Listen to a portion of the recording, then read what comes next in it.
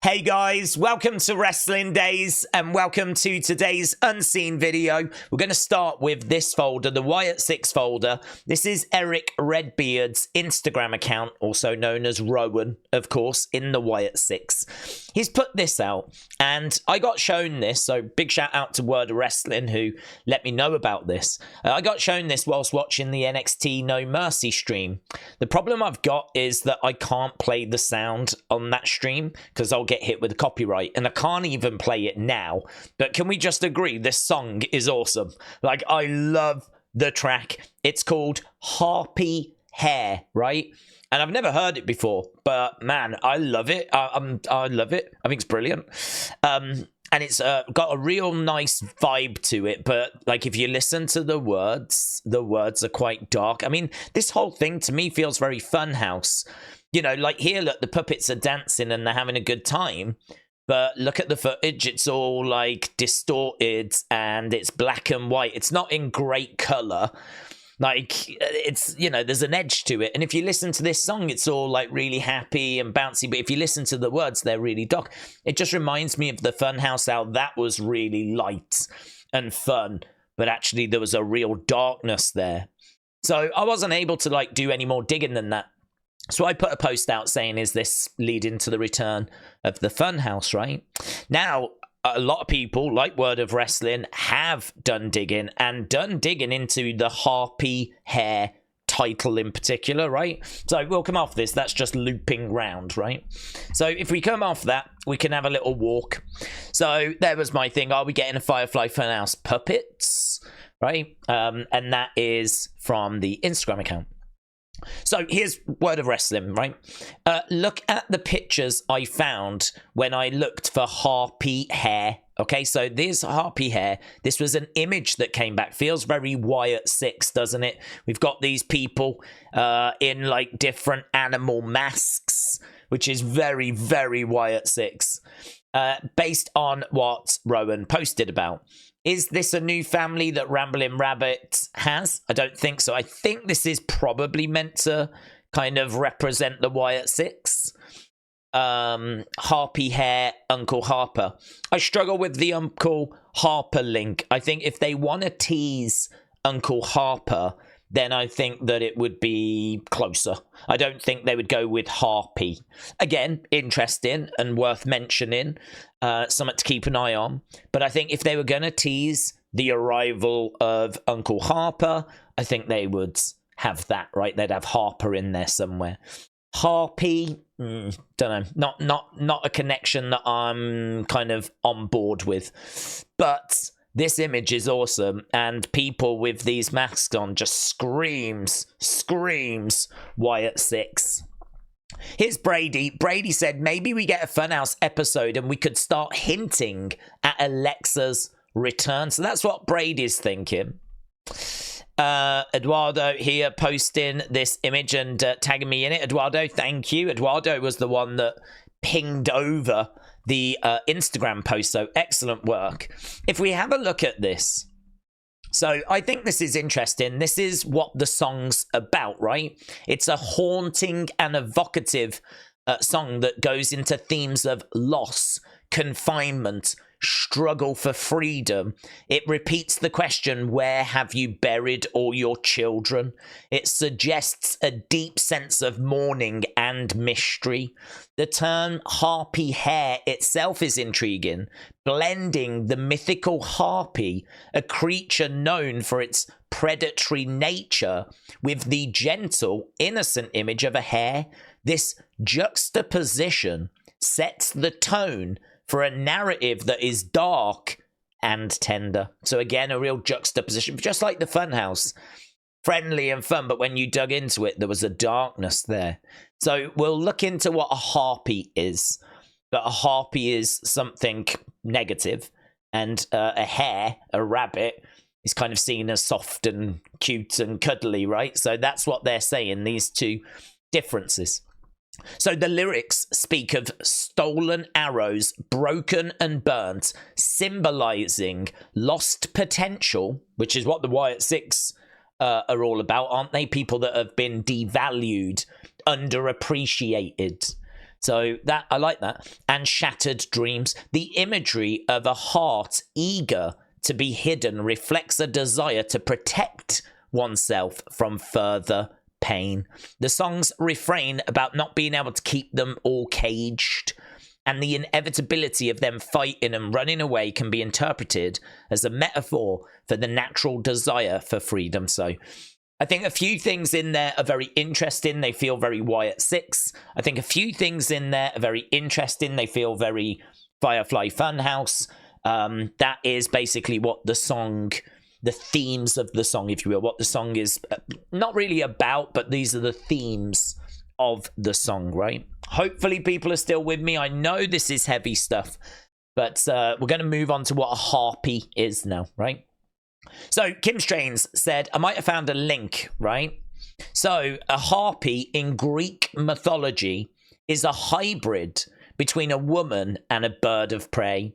Initially described as a beautiful maiden with siren-like qualities, over time they become more frightening and monstrous. Not saying anything, but could it be Alexa?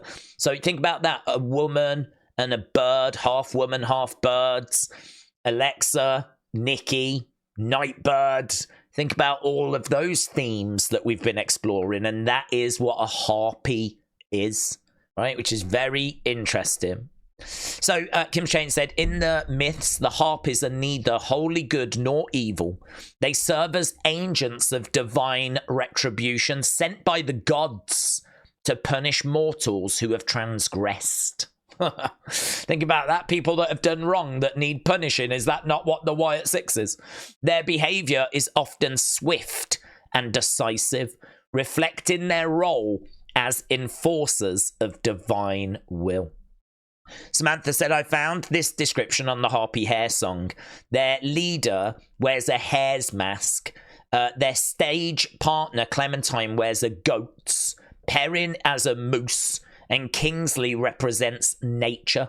So apparently these guys are the band, basically. These are the band that are playing the song. And they go around and they sing songs, right? And one of the songs they're singing here is all about harpy hair. That's the song that's being sung. So here's Word of Wrestling again. So a harpy is a night bird, half woman, half birds. Could it be something to do with Alexa? The harpies were also sisters. There was 2 of them, and they carried out the punishments of the gods. Could it be sisters? So are we teasing Alexa and Nikki coming together? Could they be the harpies that are going to be coming together, like dishing out justice to those that have transgressed? You know, those that have done wrong, which is a very Wyatt Sicks thing, right? Got an image of a harpy over here as well. So very interesting. The mask is like Harper's mask. It states a person went missing and they blamed the harpies. Harpies are 2 sisters. Yeah. So, like, that, I think, is really interesting. I mean, hopefully you've kind of... I know it's hard because there's lots of different moving parts to this. My feeling is that there's lots of things that you can take from it. There's lots of things that feel quite Firefly Fun House with puppets and juxtapositions of things being scary and dark, but also light at the same time, which is what the Firefly Fun House was. You know, and then like the sisters, the harpies being sisters. Could that mean that Nikki is about to get a sister? Are we working our way towards the arrival of Alexa Bliss? More than anything else, you need to listen to the song, man, because I love the song. I think it's brilliant. I think it's great. So yeah, I've really enjoyed that. I mean, look, it's not got us anywhere. We're gonna have to wait and see what happens on Raw. But these are the themes, these are the things that people are talking about that you need to be aware of, right? So this is where we are as we're going into Raw. Hopefully, we've explained that as well as possible, right? And this as well, I got tagged in this a few times. And yeah, that I think was just someone in the crowds, right? You can sort of see they're wearing a bit of a mask there. The only reason I included this is because if this person keeps popping up, I mean, it would be nothing for WWE to plant that person. I don't think they have, but it would be nothing for them to do that. If we see this person again on Raw, we see this person, and like this is going to be something that's going to keep happening, this person is going to keep appearing, then we've got a story, right? Right now, it's just, hey, did you notice that? And as I said, I've had a few people tagging me in it. So even Rave here said, I'm pretty sure it's probably just a fan. Could be wrong, but I don't believe they're connected. And I'm with you. I don't think this is connected, but it's definitely one that I would be like, hey, did you see this? Just worth noting. And if this person pops up on Raw, then we've got a story, right? So that was Wyatt Sicks. Let's go to NXT, shall we? So Joe Hendry obviously was on NXT. He was congratulated by Shawn, and he basically said, look, I said, you know, this isn't over. This is just beginning. And don't forget, I can pop up on any show. So he was saying, like, this is not over for him. Word of Wrestling saying, imagine if he ends up in, like, the Royal Rumble or pops up on the main roster. Or I think, you know, listen, we're sure to see Joe Hendry again.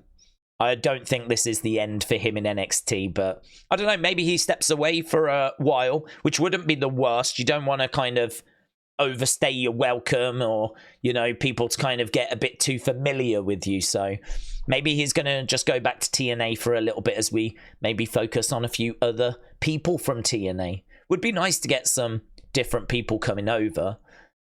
So yeah, we'll have to wait and see. This was good. So there we go. There was Trick at the end of No Mercy, heading up, doing the spin. There we go. Smile on his face. Crowd enjoyed that as Trick did the Joe Hendry turn. So Melissa, shout out to you. Sports fan, thank you. Wolfgang, Gallus not impressed. Why do TNA wrestlers get a chance at NXT titles before Gallus? Same shiz, different day. Joe Coffey said same old shiz. So Gallus not impressed at these TNA stars getting title opportunities. Triple H was impressed though. Wow! No Mercy delivered on every level. Incredibly impressed by every single superstar that stepped into the ring tonight. Congrats to Shawn Michaels and the entire NXT crew on another blockbuster event. And listen, my highlight of the show. What a moment, man. WWE Ethan, thank you. Some better images here of Giulia, who is now in NXT. Triple H said, no doubt Giulia is an absolute star with a bright future. What a time to be a part of the NXT women's division. Roxanne said, look who finally decided to show up. WWE Ethan, thank you. Well, I don't know who this boomer is, but Dirt Sheet Radio seems to be under the impression that she is channeling this boomer. So there we go. So TCS forever. Yes, sir. Is she? Is she? She has got the same sort of colour belt, and that top is that sort of colour. So she could be. She could be. Nice image. James told me about this during the live stream. Ava, wow, she's still champ. Good job. And look at her face there. She's not happy. She's not happy. She's just got past Jada, Parka, and now she's got to worry about Giulia. There's an image backstage with Shawn. Believe the hype. Welcome to NXT. Giulia is here, says WWE, and Giulia said, I'm here to see you, Roxanne. Message sent. I mean, look, it was sent in this moment. But there we go. I'm here to see you, Roxanne. And here, look, we've got the footage.